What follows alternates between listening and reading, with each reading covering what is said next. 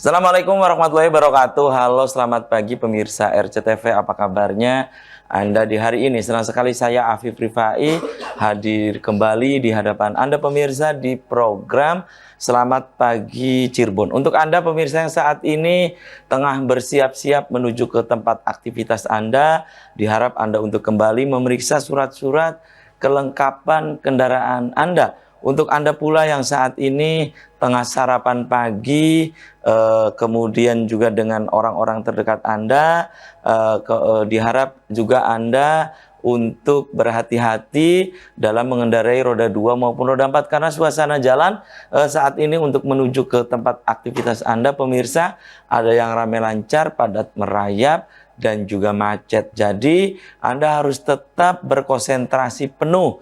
Kemudian dimohon Anda untuk tidak mengangkat ponsel Anda saat Anda berkendara. Dan jangan lupa pemirsa bahwa kecelakaan berawal dari pelanggaran. Dan pemirsa, berita-berita apa saja yang disajikan baik di koran Juara, koran Radar Cirebon, dan koran politik terbesar di Jawa Barat, yaitu koran Rakyat Cirebon. Halaman demi halaman di kedua koran tersebut Anda harus baca agar tidak ketinggalan dan kehilangan informasi tentunya.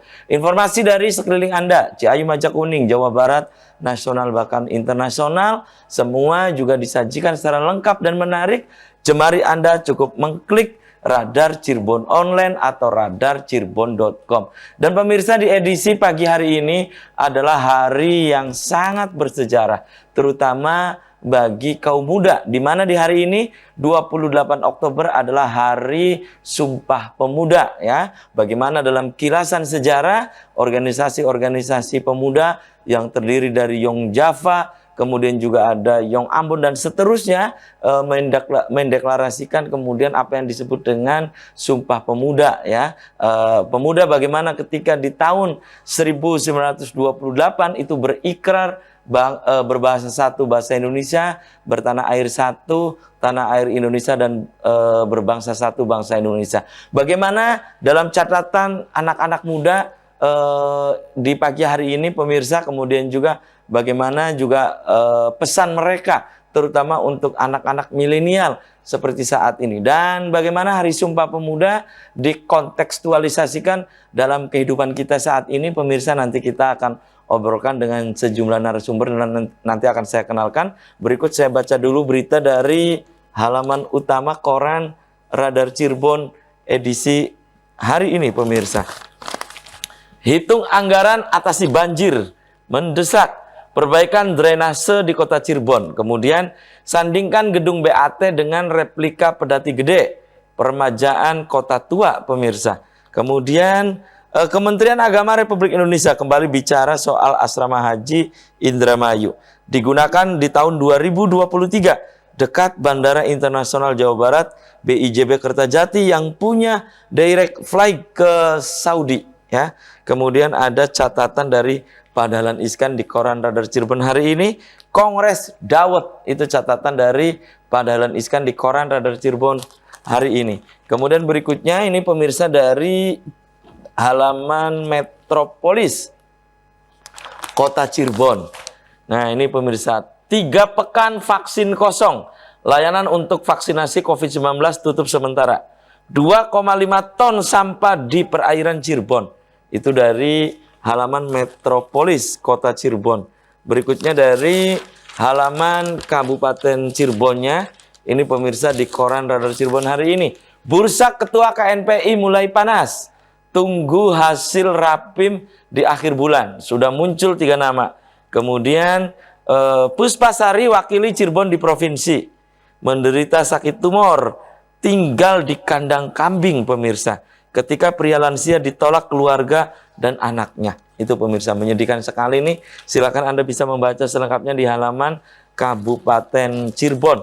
Berikutnya ini pemirsa dari halaman utama koran politik terbesar di Jawa Barat, yaitu koran Rakyat Cirebon.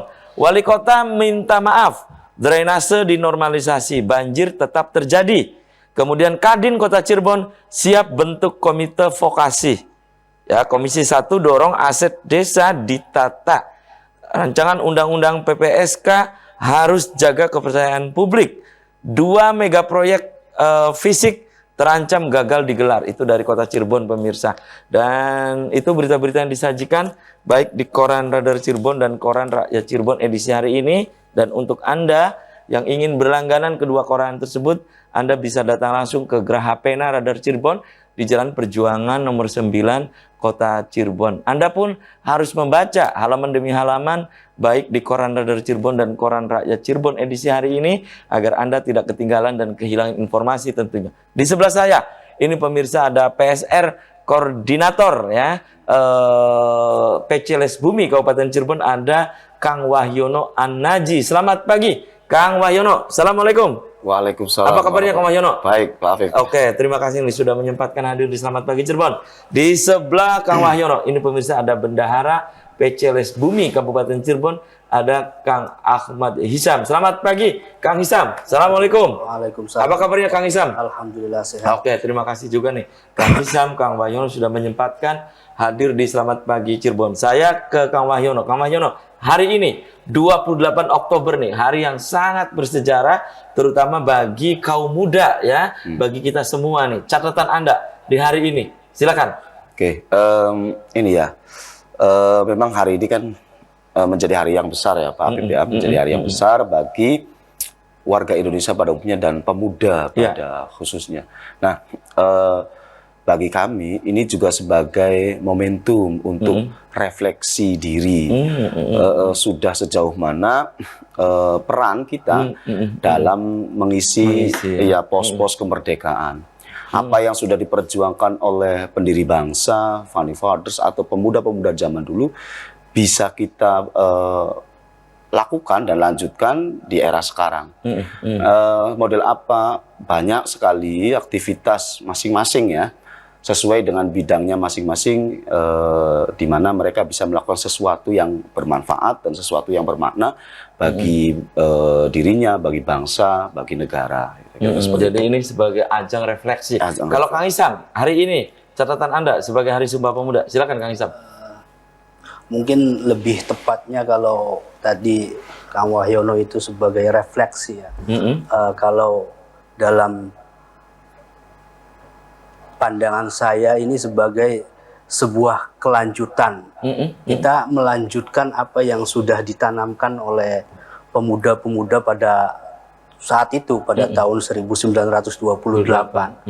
Jadi beliau-beliau itu meletakkan dasar untuk pergerakan anak muda yang harus kita lanjutkan. Jadi bukan sesuatu yang final. Sumpah Pemuda itu bukan merupakan sesuatu yang final, bukan. Terus berkelanjutan ya. Terus berkelanjutan. Ini dibuktikan dengan 3 poin tersebut, bahwasanya kami menjunjung tinggi tanah air ya. Kemudian bahasa nomor 3 ya, bahasa nomor 3. Kemudian bangsa dulu nomor 2. Nah, yang ini itu masih bisa tumbuh bangsa-bangsa yang kecil dari suku bangsa, mereka bisa mengklaim bangsa dan sebagainya, kemudian diikat dengan bahasa. Jadi untuk menyatukan dari berbagai macam identitas, kemudian dimunculkanlah bahasa sebagai identitas nasional. Sehingga identitas ini sebagai peletak batu dasar pertama. Kenapa? Karena dalam perjalanannya ada sebagian peserta kongres pada saat itu, yang pada tahun 1949 itu melakukan pemberontakan DITII. Ya, Kartosuwiryo itu bagian dari 1928 itu ya? Iya, bagian, tapi justru pada perkembangannya Kartosuwiryo seolah-olah tidak keluar dari kesepakatan tersebut, sehingga Sumpah Pemuda pada saat itu sebagai sebuah landasan awal yang perlu kita terus munculkan. Item-item apa yang bisa menjadi pemersatu. Kalau dulu adalah bahasa, kita cari. Kalau seumpama sekarang sepak bola, ya kita tingkatkan sepak bolanya gitu kan.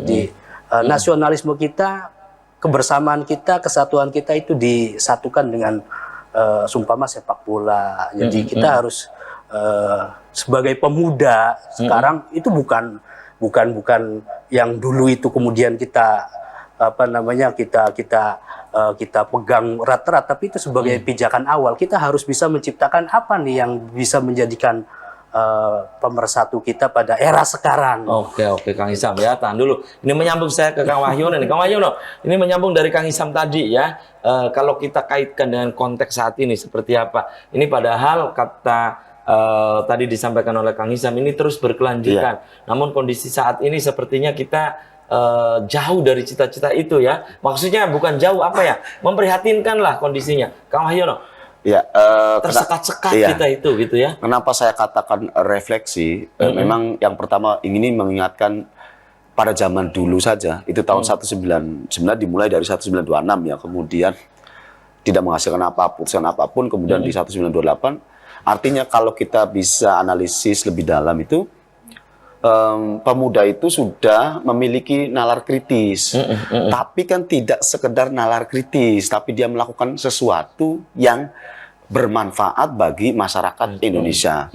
Artinya bahwa, nah, pada zaman dulu saja yang katakanlah teknologi belum maju pesat, secanggih seperti sekarang ini. Coba bayangkan sekarang kita Android, kita dengan berbagai merek, dengan berbagai macam aplikasi. Nah, dulu dengan segala keterbatasan yang ada.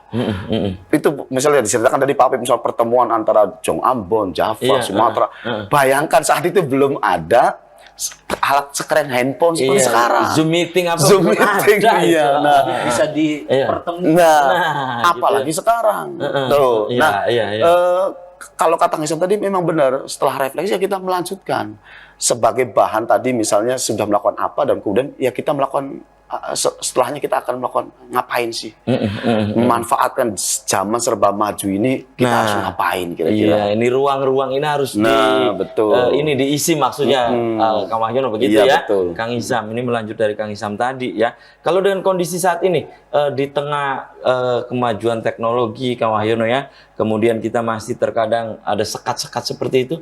Kang Wahyono ini memprihatinkan tidak? Oh iya, ya itu memang menjadi isu-isu atau memang masih menjadi problem-problem yang perlu perlu diperhatikan dan perlu menjadi bahan evaluasi juga. Nah, masalah pasti ada. Tadi misal sekat-sekat. Nah, itu bisa mudah sekali dibenturkan melalui berita-berita medsos, misalnya hoax gitu. Ada berita-berita yang tidak benar, kemudian dikonsumsi, dia men-sharekan ulang. Nah, ini juga akan membuat sekatan-sekatan juga. Nah, dulu nggak ada semacam itu, kan? Share-share informasi. Tinggal share.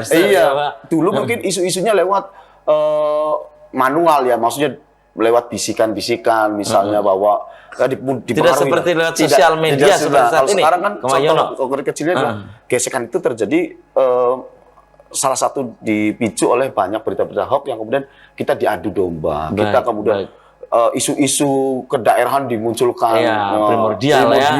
Nah, ini yang agak ini lagi kan agak panas lah kira-kira. Baik. Dan nanti bagaimana Kang Hisam ya pendapatnya berkaitan dengan peran pemuda ya, karena di mana-mana nih, bukan hanya di Indonesia ya, di setiap negara peran pemuda juga memiliki yang signifikan, dan bagaimana mengisi ruang itu. Ini menyambung dari Kang Wahyono ya, tentang saat ini sosial media satu sisi ini merupakan alat canggih, satu sisi juga bisa untuk menjadi membahayakan ya. Oke, tahan dulu, dan pemirsa selamat pagi Cirebon akan segera kembali sesaat lagi.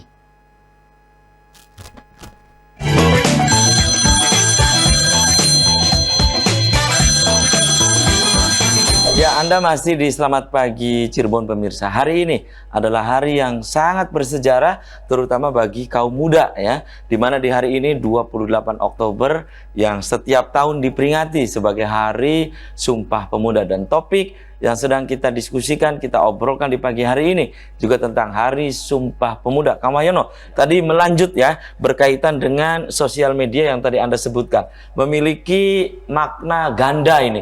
Satu sisi ini kita bisa mengapresiasi ini sebagai bentuk kemajuan, satu sisi juga mengkhawatirkan ya. Silakan Kang Wahyono tadi ya. Dengan mudahnya kita meng-share padahal itu sangat membahayakan gitu, Kang Wahyono. Nah, baik generasi Y maupun generasi Z, sejatinya dia seharusnya bisa memfilter dan mengklasifikasi website mana saja yang dianggap tanda petik tidak valid lah maksud saya. Nah ini sebenarnya bisa bisa dilakukan oleh generasi Z atau generasi Y. Kita kalau bayangkan orang tua, kalau generasi Y dan Z-nya sama seperti orang tua kita yang tidak bisa memfilter itu, nah berarti kan kita seperti orang tua. Padahal dia adalah generasi Y atau generasi Z atau milenial. Milenial lah ya. Atau milenial. Nah, katakanlah secontoh misalnya lagi musim kartu prakerja, kan banyak situs-situs yang bikin itu, kemudian bayangkan kita ngisi data pribadi kita yang bukan situs asli kartu prakerja misalnya, tuh Pak. Bantuan BPUM, BRI misalnya. Saya juga dapat Pak share-sharean tuh. Kemudian ini kan bukan linknya gitu, bukan link misalnya dari Kemensos atau dari kementerian-kementerian atau dari link yang tidak resmi. Tapi kita bayangkan kalau beberapa orang yang kemudian ngisi link itu, dia ngisi nomor KTP-nya, nomor kakaknya misalnya, kemudian tanggal lahirnya. Nah, kenapa banyak pencurian data ya dari situ gitu loh. Tiba-tiba misalnya kita diretas, tiba-tiba kita banyak lah gangguan-gangguan yang menimpa. Facebook kita diambil alih misalnya, kemudian Instagram kita misalnya dihack. Nah, itu adalah salah satu hal-hal yang kecil ya, yang salah satu mempengaruhi di dunia medsos. Nah, sebaliknya medsos ini atau alat-alat ya semacam ini tuh bisa menjadi berdampak baik kalau kita bisa memanfaatnya seperti misalnya jual beli online misalnya, kemudian share-share berita-berita positif lainnya, sehingga medsos ini menjadi betul-betul bermanfaat bagi dirinya gitu dan juga masyarakat. Jadi itu ya. Kang Hisam, silakan melengkapi apa yang tadi disampaikan oleh Kang Wahyono. Silakan, Kang Hisam. Ya, mungkin karena saya juga sedikit berkecimpung di dunia pendidikan. Jadi di Undang-Undang Kepemudaan itu batasan usia pemuda itu di angka 16 sampai 30. Meskipun banyak kontroversi dalam hal batasan itu, tapi kita tidak usah membicarakan kontroversinya, tapi kita patokannya 16 sampai 30. Karena pada masa deklarasi Sumpah Pemuda juga Bapak Muhammad Yamin itu usianya sekitar 25. 25. Itu berarti masih baru lulus S1 lah ya. Kira-kira lagi muda-mudanya lah ya. Fresh graduate. Nah, saya melengkapi apa yang tadi disampaikan sama Kang Wahyono bahwasanya di sisi lain pemuda itu banyak terpengaruh oleh media-media sosial, gampang terpengaruh saat ini. Saya lebih menitik beratkan pada lingkungan pendidikan. Jadi saya agak sedikit miris di akhir-akhir ini banyak sekali terjadi tawuran antar pelajar. Nah, ini luar biasa ini, Mas. Jadi apalagi di tingkat SMK gitu kan ya. Tuh banyak. Nah, di momen ini tanggal 28 Oktober sebagai Sumpah Pemuda, kita harus bisa berpikir bahwasanya dulu ya, Muhammad Yamin itu usia 25, artinya di usia 25 itu sudah matang secara pemikiran. Nah, anak-anak SMK, anak-anak pelajar tingkat SMA sederajat itu usia di angka ya 17 ya, kelas 3 itu 17, berarti sekitar 14 sampai 17 atau 13 sampai 17. Nah, mau memasuki usia kepemudaan mereka, sehingga di sini saya berharap jangan kita belajar mengontrol emosi di di usia belajar mengontrol emosi, jangan gampang terlalu terbawa. Kalau di media sosial kita gampang terlalu kebawa hoak. Nah, kalau di pergaulan kepemudaan di tingkat SMA sederajat kita gampang terbawa temen gitu. Oh, serang sini, serangan sini. Wah, itu padahal sangat merugikan dan membahayakan itu. Kita nggak tahu kalau seumpama batu itu akan mengenai kita tepat di kepala gitu, sumpama di sini ya riwayatnya kan habis gitu kan ya. Nah, kita harus berpikir lebih luas. Ya kalau kita bandingkan ya usia 25 tahun itu Muhammad Yamin itu sudah matang sekali secara pemikiran gitu ya. Iya. Bahkan salah satu tokoh pemuda yang ikut ya dalam Sumpah Pemuda itu adalah Muhammad Yamin kan. Betul. Dapat dibayangkan maksudnya umur 25 tahun gitu kan. Sekitar segitu. Iya ya itu tempo dulu loh. Tempo dulu. Iya, belum ada alat-alat canggih seperti saat ini kan. Iya kan, belum ada yang namanya Facebook, WhatsApp dan seterusnya gitu ya. Jadi sekarang itu Mas Habib ya, anak-anak muda itu gampang terbawa oleh dengan teman-temannya untuk melakukan ya huru-hara itu, ya huru-hara. Hanya sekedar bermodalkan WhatsApp, ayo kita gerbek ini, ayo kita seser ini, geradak. Jadi seolah-olah mereka itu tanpa berpikir gitu, tanpa berpikir akibatnya bagaimana, kemudian kedepannya itu bagaimana, langsung saja krayak. Itu jadi ya tingkat tawuran pelajar di Kabupaten Cirebon di tahun-tahun ini sedang meningkat. Iya, betul ya. Naik ya. Dan Kang Wahyono, ini melanjut dari Kang Isam tadi ya. Ruang ini kan sudah dibuka nih ya karena peringatan Sumpah Pemuda 1928. Nah, ini harusnya kan diisi dengan kegiatan-kegiatan yang tentunya ini kegiatan positif ya. Namun menurut Anda Kang Wahyono, dalam konteks saat ini ya ruang ini bagaimana peran pemuda untuk konteks saat ini, baik di keorganisasian, dunia politik dan seterusnya, dunia usaha dan seterusnya. Pendapat Anda? Oke. Untuk berbicara di Cirebon aja dulu. Siap. Sudah saatnya lah kita para pemuda ini mengambil alih peran ya, mengambil alih peran yang diwariskan oleh para pendahulu kita atau orang tua kita. Peran itu dimanapun, tadi bisa di ruang politik, silakan para pemuda-pemudi bisa menjadi partisipasi langsung atau tidak langsung. Bisa partisipasi langsung berupa dia mencalonkan diri misalnya di momentum politik pilkada atau pileg itu di Kabupaten Cirebon di 2024 misalnya.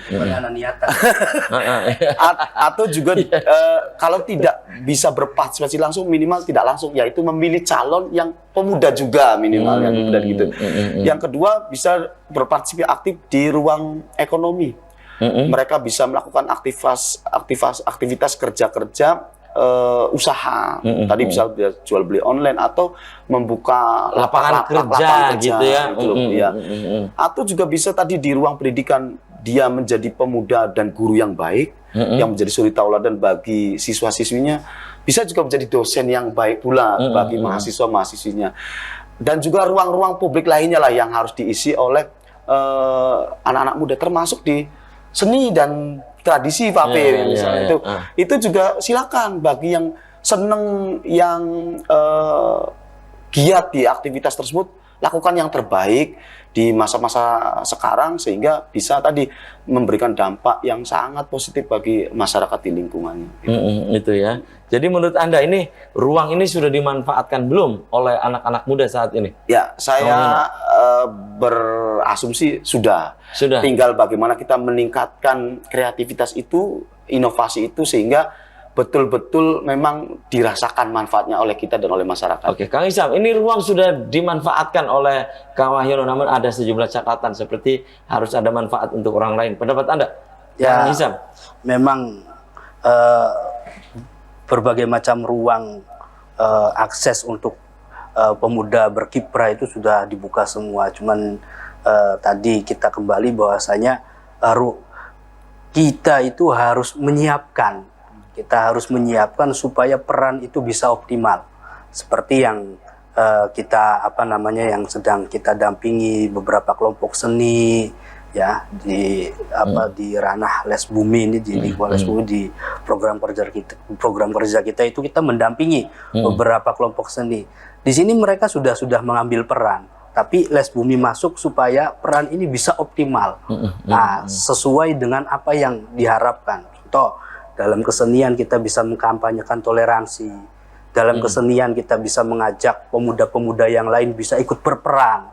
Dalam kesenian kita juga bisa mengajak pemuda-pemuda untuk ya berpartisipasi dalam politik praktis ataupun yang lainnya. Jadi disinilah kita itu mendampingi supaya peran itu lebih optimal ke depannya. Baik. Itu harapan kami itu. Yes, sudah ada kata Kang Wahyono ini sudah dimanfaatkan tapi belum optimal ya. Iya, baik. Oke, tahan dulu nih Kang Isam dan juga Kang Wahyono dan pemirsa. Selamat pagi, Cirebon akan segera kembali usai komersial break berikut ini.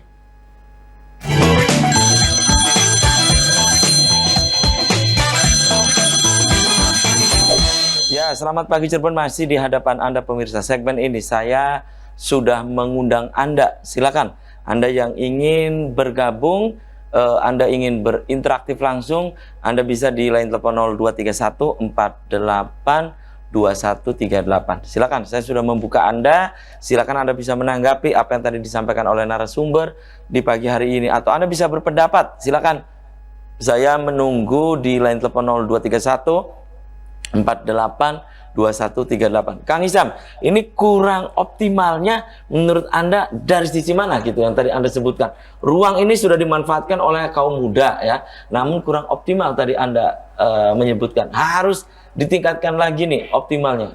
Jadi bahasa optimal itu bagaimana caranya peran pemuda supaya bisa lebih cepat sampai kepada kepada sasaran objeknya. Contoh kayak gini, ketika kita contoh di perwayangan lah ya, di perwayangan atau di kesenian-kesenian yang lain, itu kita memancing teman-teman supaya apa yang disampaikan dalam pesan tersebut itu bisa sampai pada penonton gitu. Jadi bagaimana caranya penonton itu tidak hanya menganggap itu hanya sebagai sebuah hiburan, tapi di dalamnya juga ada beberapa pesan-pesan yang ya itu pesan untuk kita gitu. Bukan hanya sebagai tontonan saja. Bukan hanya sebagai tontonan. Nah ini dari ranah ini dari aspek keseniannya. Begitu juga dari peran-peran yang lain seperti peran kita di pendidikan. Kita sebagai pemuda ini tidak hanya harus berperan sebagai guru kemudian menyampaikan materi ke siswa, tapi memberikan stimulan bahwasanya siswa itu calon pemuda masa depan. Nah itu kita optimalkannya itu di situ. Jadi, nanti kamu itu bakal jadi pemuda yang masuk pada usia 16 sampai 30 tahun yang dipersiapkan pemikirannya dan perannya untuk menggantikan saya, mungkin seperti itu. Secara singkat simpelnya itu seperti itu, Mas. Baik, Kang Wahyono, ini peran dari pemerintah menurut Anda harus seperti apa nih?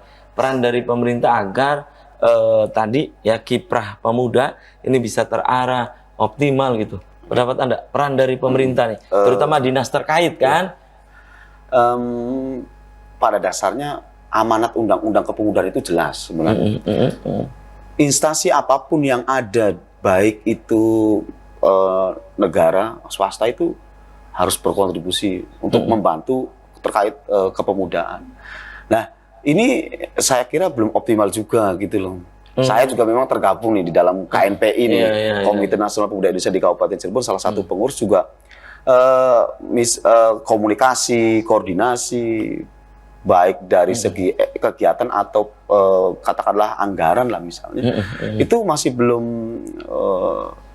banyak dirasakan.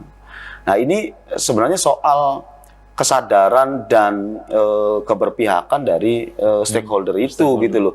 Sejauh mana mereka bisa baik misalnya kalau di tataran kabupaten itu ada legislatif, eksekutif nih, menyusun budgetingnya itu ada tidak nih? Banyak tidak soal, atau memang jangan-jangan ada sih ada, tapi tidak dirasakan oleh organisasi-organisasi selevel KNPI misalnya, HMI, PMI, misalnya GMI atau macam apapun lah. Atau mungkin dia menyasar basisnya di desa misalnya barangkali. Misal saya ambil contoh, memang beberapa kegiatan saya lihat ada misalnya kayak seminar kewirausahaan misalnya, atau bimbingan mental misalnya. Event-event itu yang kemudian ditaruh di kecamatan. Nah, kecamatan mengundang unsur pemuda. Nah, baru sebatas itu. Nah, perlu ada banyak kegiatan-kegiatan yang kira-kira kontribusi pemuda ini ada. Misalnya katakanlah contoh begini, soal naskah akademik, bayangkan misalnya diambil oleh KNPI misalnya contohnya, nah barangkali ini diperankan, gitu. Atau juga misalnya oleh sarjana-sarjana NU mungkin, misal ada kegiatan apa nih naskah akademiknya gitu loh. Jadi peran-peran itu belum dirasakan, belum ada gitu loh. Yang kemudian masih banyak peran-peran strategis yang belum diambil alih oleh pemuda itu sendiri. Gitu ya. Kang Ihsan, menurut Anda peran dari pemerintah di saat ini, apakah juga ini sudah memenuhi apa yang menjadi keinginan dari anak kaum muda? Pendapat Anda? Jadi kalau mulai dari tingkat bawah, peran pemuda di tingkat bawah, istilahnya tingkat desa mungkin ya, yaitu kita lebih memfokuskan pada karang tarunanya. Jadi bagaimana desa memberikan beberapa wilayah kerja yang digarap oleh pemuda dalam Karang Taruna. Iya, dan Karang Taruna ini perannya juga bukan hanya di Agustusan kan? Iya, iya kan? Biasanya betul, kan betul. Karang Taruna itu identiknya Betul. Agustusan, kemudian voli, sepak bola betul. gitu ya. Jadi sekarang itu mahasiswa, istilahnya pemuda yang memiliki keaktifan di luar itu sudah banyak. Jadi di desa itu nggak ada yang nggak kuliah, itu semuanya kuliah. Mereka sudah bergaul, bersosialisasi banyak. Nah, potensi-potensi itu sekiranya bisa dioptimalkan di tingkat desa dengan diberikan peran di dalam Karang Taruna. Jadi jangan hanya sekedar 17-an, Maulid Nabi, arak-arakan gitu kan. Jadi lebih diberikan peran supaya pemuda ini bagaimana memberikan stimulan pada calon-calon pemuda yang akan menggantikannya. Jadi Kang Wahyoni itu bahasa tadi itu bahasa kekhawatiran. Saya itu sudah mau habis pemudanya tuh usia. Tinggal tua, seorang kebagi. Bahasa khawatir itu. Iya. Ini skeptis ini. Bahasa khawatir. Tidak optimis ya Kang Ihsan ya. Karena masa mudanya mungkin pentok. Iya. Ini jelang 30 atau habis 30 ya. Habis mau hampir 40. Jadi menurut Anda ini peran dari pemerintah ada ya, sudah ada gitu ya? Iya, sudah ada. Cuman dioptimalkan, artinya dioptimalkan ini potensi-potensi pemuda yang di tingkat desa itu harus benar-benar diperhatikan. Ditempatkan di posisi-posisi yang sekiranya strategis seperti Karang Taruna, dibuka rekrutmen. Jadi jangan sampai Karang Taruna diambil ponakannya dewe kan enggak Karang Taruna. Jadi sudah mulai bagaimana mengoptimalkan potensi di tingkat desa biar supaya lebih optimal gitu. Mungkin seperti itu Mas. Ya. Oke. Dan Kang Wahyono, ini berkaitan juga dengan banyaknya juga ada kan kadang pemuda pelopor dan seterusnya. Hal-hal demikian. Menurut Anda di Hari Sumpah Pemuda ini itu masih relevan nggak sebagai pemantik untuk pemuda-pemuda yang lain kan? Ya, ada pemuda pelopor tingkat Jawa Barat, tingkat kabupaten misalnya. Kemudian juga ada merupakan misalnya pengusaha muda, iya kan? Iya, kemudian atlet-atlet yang muda. Pendapat Anda? Oke. Itu sebenarnya salah satu bentuk apresiasi lah ya. Apresiasi dari pemerintah itu, misalnya diadakan kegiatan tahunan yang namanya Pemuda Pelopor untuk menghargai karya-karya pemuda di daerahnya. Misalnya pemuda pelopor di kabupaten nanti dia berinovasi, berkreasi di bidang keagamaan, sosial, ekonomi, kan biasanya ada seleksinya yang dilakukan oleh Dinas Pemuda dan Olahraga. Ya, kemudian nanti kalau sudah lolos dibawa ke provinsi, itu sebenarnya bentuk apresiasi, apresiasi dari peran-peran pemuda. Tapi yang lebih penting lagi itu adalah soal keberpihakan tadi pemerintah daerah dalam rangka mendukung upaya-upaya yang dilakukan oleh pemuda. Jadi selain memberikan apresiasi, pemerintah juga harus menjamin bahwa pemuda-pemuda ini harus memiliki peran-peran yang positif, gitu loh. Tadi yang disampaikan oleh Kang Ihsan, misalnya salah satu di desa, misal bagaimana memastikan jangan sampai banyak pemuda yang nganggur itu Pak Apip.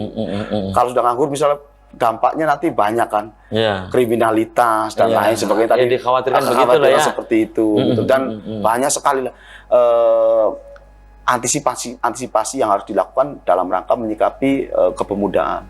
Nah, Pemda harus membuka ya seluas-luasnya terkait aktivitas kepemudaan ini. OKP nih Pak Apip yang terdaftar nih 42 organisasi kepemudaan yang terdaftar. Yang tidak terdaftarnya banyak juga. Gitu ya. Nah, artinya civil society atau organisasi sipil ini yang mewakili atau representasi dari baik usia pelajar, usia mahasiswa, usia pemuda ini banyak sekali. Dan mereka yang berperan di lingkungan kabupaten, di lingkungan kecamatan ini seperti apa misalnya peran Pemdanya seperti apa? Iya, gitu ya. Iya, apakah tadi misalnya bisa berupa seremoni kegiatan atau memang benar-benar tindakan konkret yang dilakukan oleh pemerintah? Ini Kang Isam, seremoni kegiatan. Maksud Kang Wahyono ini harus ada follow up, tindak lanjut. Jadi benar-benar bukan hanya setelah kegiatan itu selesai gitu Kang Wahyono, maksudnya begitu. Tapi Kang Isam tahan dulu ya. Dan pemirsa, selamat pagi. Cirebon akan segera kembali usai pariwara berikut ini.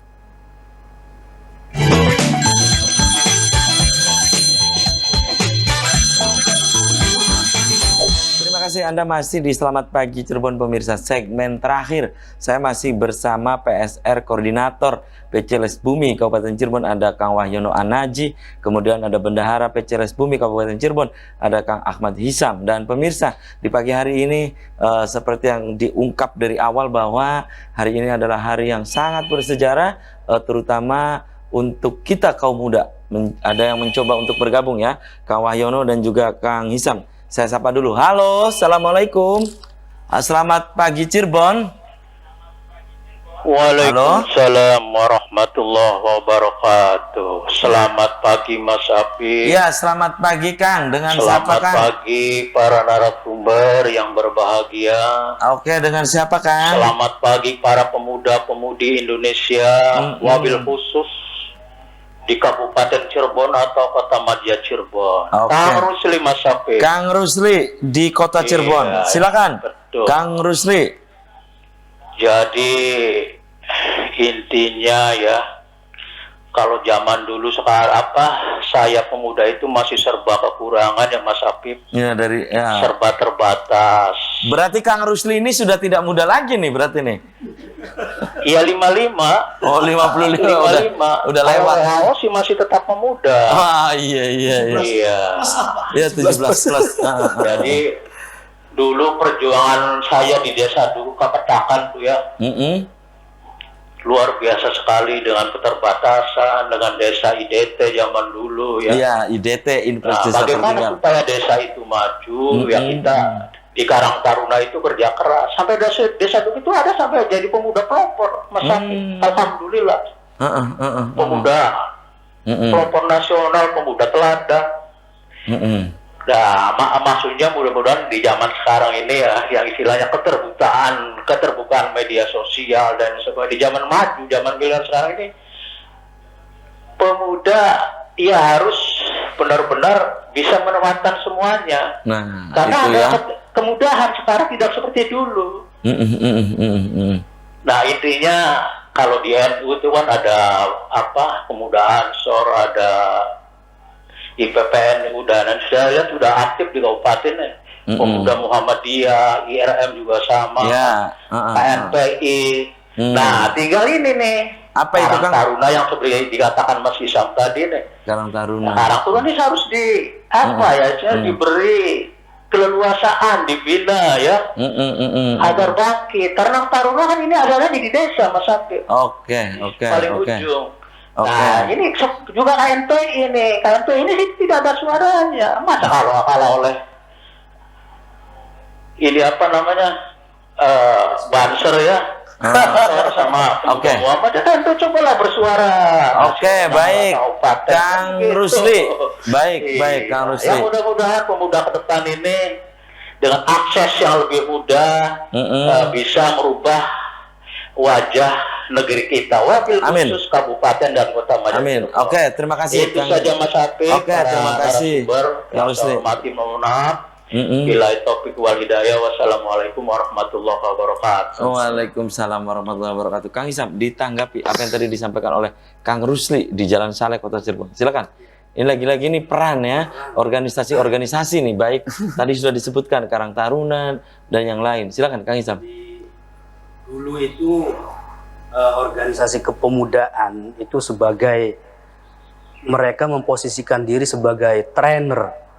Jadi memberikan stimulan pada pemuda-pemuda di sekitarnya untuk bisa aktif, untuk bisa bergerak, untuk bisa memberikan kemanfaatan pada lingkungan sekitar.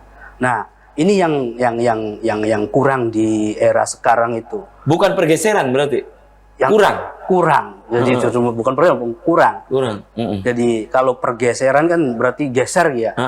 Kurang yang tadinya 80 jadi 60. Itu kurang. Jadi peran pemuda sekarang itu meskipun dulu itu hanya sedikit yang sudah memiliki paradigma pergerakan pemuda ya, baru sedikit, tapi mereka memposisikan sebagai trainer. Nah, sekarang organisasi kepemudaan banyak, tapi belum bisa memposisikan dirinya sebagai trainer untuk memberikan kemanfaatan atau stimulan pada pemuda-pemuda yang lain. Nah, mungkin di sini artinya yang saya maksud sebagai upaya yang harus dioptimalkan, baik itu oleh dinas terkait, seperti pemuda-pemuda yang sudah ada di dalam wadah seumpama Ansor sebagainya, itu diberikan training untuk menjadi trainer bagaimana memberikan stimulan pada pemuda-pemuda di sekitarnya untuk bisa memberikan kemanfaatan. Atau lebih spesifik lagi, istilahnya training itu diberikan pada kelompok-kelompok yang tergabung dalam Karang Taruna dan sebagainya. Jadi sehingga mereka itu bisa memberikan kemanfaatan. Mungkin itu Mas Awi, bahasa optimalisasi itu. Oke. Kang Wahyono, ini menanggapi tadi dari Kang Rusli yang pemirsa yang berinteraktif tadi. Silakan melengkapi apa yang disampaikan Kang Hisam. Silakan Kang Wahyono. Lagi-lagi nih Kang Rusli menyebutkan beberapa nama organisasi di situ ya. Kemungkinan Kang Rusli mengharapkan bisa berbuat lebih banyak lagi, maksudnya begitu. Bukan hanya kegiatan-kegiatan yang tadi disebutkan Kang Hisam ataupun dari Kang Wahyono, kegiatan yang sifatnya seremoni yang setiap tahun diperingati, namun setelah diperingati ya selesai lagi, tidak ada follow up. Silakan Kang Wahyono. Sebelumnya terima kasih nih. Mungkin Pak Rusli ya. Kang Rusli. Kang Rusli ini mungkin dulunya mudanya aktivis muda kayaknya Pak. Aktivis ya dulunya. Jadi sedikit in memoriam, tapi sangat relevan dengan kondisi kekinian. Saya mencoba untuk membuat ungkapan sudah saatnya pemuda itu dari tataran teoritis menuju tataran praktis. Artinya bahwa ayolah sudah saatnya tadi peran kita katakanlah ada, baik tadi sekupnya Karang Taruna bisa di desa, bisa melakukan gotong royong, misalnya sekarang musim hujan, antisipasi banjir. Ya, gotong royong misalnya di selokan-selokan Karang Taruna bisa melakukan inisiasi. Atau kalau tidak ada inisiasi, misal orang-orang Pakuwu beserta jajaran, ayo mengajak pemuda-pemuda untuk ayo kita gotong royong mempelopori apa gitu loh. Jadi itu adalah langkah-langkah konkret yang bisa dilakukan dalam sekup di desa. Nanti yang agak besarnya misalnya di kecamatan, di kabupaten sudah berbicaranya udah besar misalnya. Tapi kita juga tidak boleh terjebak dalam posisi awang-awang yang tadi yang tidak konkret tadi, yang kita terjebak pada nuansa menghayal yang kemudian kita pengen kaya, kita pengen sukses, tapi kita tidak melakukan upaya-upaya itu. Di langit terus. Menara Gading terus. Itu sih, David. Oke, ya Kang Hisam, ini berkaitan dengan Hari Sumpah Pemuda yang kita peringati setiap tahunnya ya. Ini pastinya di hari ini juga tidak sedikit organisasi-organisasi kepemudaan juga memperingati Hari Sumpah Pemuda ya. Anda menginginkan tadi tidak hanya berhenti pada sisi simbol ya, tetapi ini harus ada langkah konkret, tindak lanjut, Kang Hisam. Ya, saya sih berharap optimalkan saja. Artinya peran pemuda sekarang optimalkan supaya bisa menjadi stimulan untuk pemuda-pemuda yang lain untuk bisa memberikan manfaat bagi lingkungannya. Oke, kalau menurut Kang Wahyono, ini kan setiap tahun diperingati nih. Memang satu sisi kita memperingati kan, jadi kita harus ingat kan, bahwa hari ini adalah Hari Sumpah Pemuda. Namun ini tidak mandek sampai di situ. Maksud saya, silakan Kang Wahyono. Ini terakhir saya ke Kang Wahyono. Silakan. sebenarnya hari ini juga saya ada undangan nih Pak Habib. Upacara nih. Iya kan? Bareng Pak Bupati kan. Ya itu kan salah satu peringatan. Semua OKP diundang nih Pak Habib. Nah jadi OKP Ya mungkin di sekolah juga ada upacara. Iya, sama lah mungkin. Jadi ada upacara memakai baju kebesaran. Nah, ini kan simbolik, hanya mengingat. Tapi keseharian itu mestinya Pemda juga selalu itu gitu loh. Jadi kita pakai baju kebesaran tapi kita kumpulnya pada saat Sumpah Pemuda. Nah, bisa juga ruang-ruang publik di Kabupaten Cirebon bisa diberikan kesempatan juga untuk pemuda untuk misalnya di mana diperankan di mana, katakanlah contoh misalnya bisa juga soal peran-peran politis yang bisa dibuat yang kemudian ruang pemuda itu hadir gitu. Oke. Dan intinya bahwa optimalisasi juga ini harus ya kembali dimainkan oleh organisasi-organisasi kepemudaan ya, Kang Wahyono, kemudian juga Kang Hisam. Terima kasih nih sudah menyempatkan hadir di Selamat Pagi Cirebon. Sayang sekali waktunya kita terbatas. Jadi usai sudah kebersamaan di Selamat Pagi Cirebon edisi pagi ini, nanti kita bisa dilanjut Kang Hisam, Kang Wahyono, lain waktu lain kesempatan tentu dengan tema yang berbeda. Kang Wahyono, closing statement, silakan. Singkat saja di Hari Sumpah Pemuda ini, silakan. Saya mengambil pepatah Arab aja deh, yang sudah ya. Antum subhanul yaum rijalul ghad. Jadi, jadilah pemuda sekarang, pemimpin yang akan datang. Ini sebenarnya relevan dengan apa yang disampaikan Deswita ya dalam bukunya Psikologi Perumahan. Semua ada fase-fasenya. Kalau fase pada saat usia muda itu kita manfaatkan dengan kondisi yang matang, saya yakin betul bahwa besok akan menjadi laki, pemimpin yang matang juga gitu loh Pak Afif. Jadi itu adalah makna yang bisa diambil oleh kita. Ayo kita manfaatkan ruang pada saat usia muda ini sehingga kita esok hari menjadi pemimpin di masa yang akan datang. Itu ya. Silakan Kang Hisam. Ya, mari kita optimalkan ya yang masih muda, yang sudah memiliki peran di usia mudanya, kita optimalkan supaya bisa menjadi stimulan bagi pemuda-pemuda yang lainnya supaya bisa memberikan kemanfaatan di lingkungan sekitar dan masyarakat di sekitarnya. Mungkin itu. Terima kasih nih Kang Hisam, Kang Wahyono sudah menyempatkan hadir di Selamat Pagi Cirebon, dan saya juga aturkan terima kasih untuk Anda pemirsa yang sudah memberikan interaktif langsung menanggapi apa yang tadi disampaikan oleh narasumber di pagi hari ini. Dan pemirsa, demikian Selamat Pagi Cirebon edisi pagi ini, semoga bermanfaat. Terima kasih atas perhatian dan kebersamaan Anda. Akhirnya saya, Afif Rifai, dan kerabat kerja di pagi hari ini harus pamit undur diri. Sampai jumpa lagi besok. Wassalamualaikum warahmatullahi wabarakatuh.